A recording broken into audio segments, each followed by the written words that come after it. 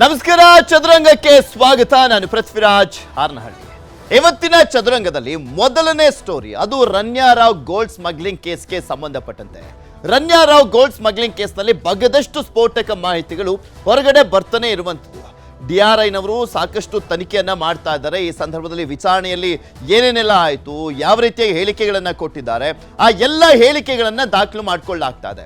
ಈ ಪ್ರಕರಣದಲ್ಲಿ not only DRI ತನಿಖೆಯನ್ನ ಮಾಡ್ತಾ ಇರುವಂಥದ್ದು, CBI ಕೂಡ ತನಿಖೆಯನ್ನ ಮಾಡ್ತಾ ಇದೆ. ಅದರ ಜೊತೆಗೆ ಈಗ prevention of money laundering act ECIR ಅನ್ನ ದಾಖಲು ಮಾಡಿಕೊಂಡು ED ಅವರು ಕೂಡ ಎಂಟ್ರಿಯನ್ನ ಕೊಟ್ಟಿರುವಂಥದ್ದು. ಅದರ ಜೊತೆಗೆ IT ಅವರು ಕೂಡ ತನಿಖೆಯನ್ನ ಮಾಡಲಿಕ್ಕೆ ಮುಂದಾಗ್ತಾ ಇದ್ದಾರೆ. ಯಾಕೆಂದ್ರೆ ಇವರನ್ನ ಅರೆಸ್ಟ್ ಮಾಡಿದಂಥ ಸಂದರ್ಭದಲ್ಲಿ ಅವ್ರ ಮನೆಗೆ ಹೋಗಿ ದಾಳಿಯನ್ನ ಮಾಡಿದಾಗ 2 kg ಚಿನ್ನ ಸಿಕ್ತು, 2,67,00,000 ಹಣ ಕೂಡ ಸಿಕ್ಕಿರುವಂಥದ್ದು.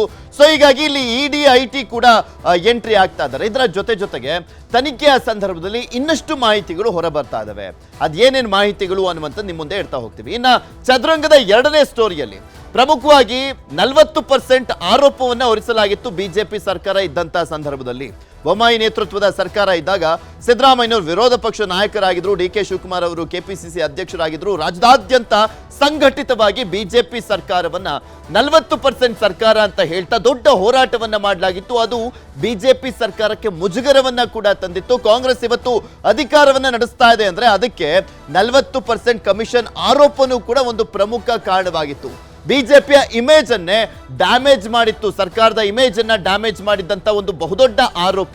ಆ ಪ್ರಕರಣಕ್ಕೆ ಸಂಬಂಧಪಟ್ಟಂತೆ ಜಸ್ಟಿಸ್ ನಾಗಮೋಹನ್ ದಾಸ್ ಅವರ ಒಂದು ತಂಡ ವರದಿಯನ್ನ ಕೊಟ್ಟಿರುವಂಥದ್ದು. ಆ ವರದಿಯಲ್ಲಿ ಏನೇನಿದೆ, ನಿಜಕ್ಕೂ 40% ಕಮಿಷನ್ ಅನ್ನ ಪಡೆಯಲಾಗಿತ್ತಾ, ಇದೆಲ್ಲದರ ಕಂಪ್ಲೀಟ್ ರಿಪೋರ್ಟ್ ಅನ್ನ ನಿಮ್ಮ ಮುಂದೆ ಇಡ್ತಾ ಹೋಗ್ತೀನಿ. ಆದ್ರೆ ಅದಕ್ಕೂ ಮುಂಚೆ ಚದುರಂಗದ ಹೆಡ್ಲೈನ್ಸ್ ನೋಡ್ಕೊಂಬೋಣ. ರನ್ಯಾ ಗೋಲ್ಡ್ ಕೇಸ್ನಲ್ಲಿ ತನಿಖೆಗಿಳಿದ ED, ರನ್ಯಾ ಮನೆ ಸೇರಿ ಹಲವೆಡೆ ಅಧಿಕಾರಿಗಳ ದಾಳಿ, ಹೇಳಿಕೆಯಲ್ಲಿ ಸ್ಮಗ್ಲಿಂಗ್ ರಹಸ್ಯ ಬಿಚ್ಚಿಟ್ಟ ನಟಿ. ರನ್ಯಾಗೆ ಪ್ರೋಟೋಕಾಲ್ಗೆ ಸೂಚಿಸಿದ್ದು ರಾಮಚಂದ್ರ ರಾವ್, DRI ವಿಚಾರಣೆಯಲ್ಲಿ ಹೆಡ್ ಕಾನ್ಸ್ಟೇಬಲ್ ಹೇಳಿಕೆ, ಕಾಂಗ್ರೆಸ್ ಬಿಜೆಪಿ ನಾಯಕರ ಮಧ್ಯೆ ಟಾಕ್ವಾ.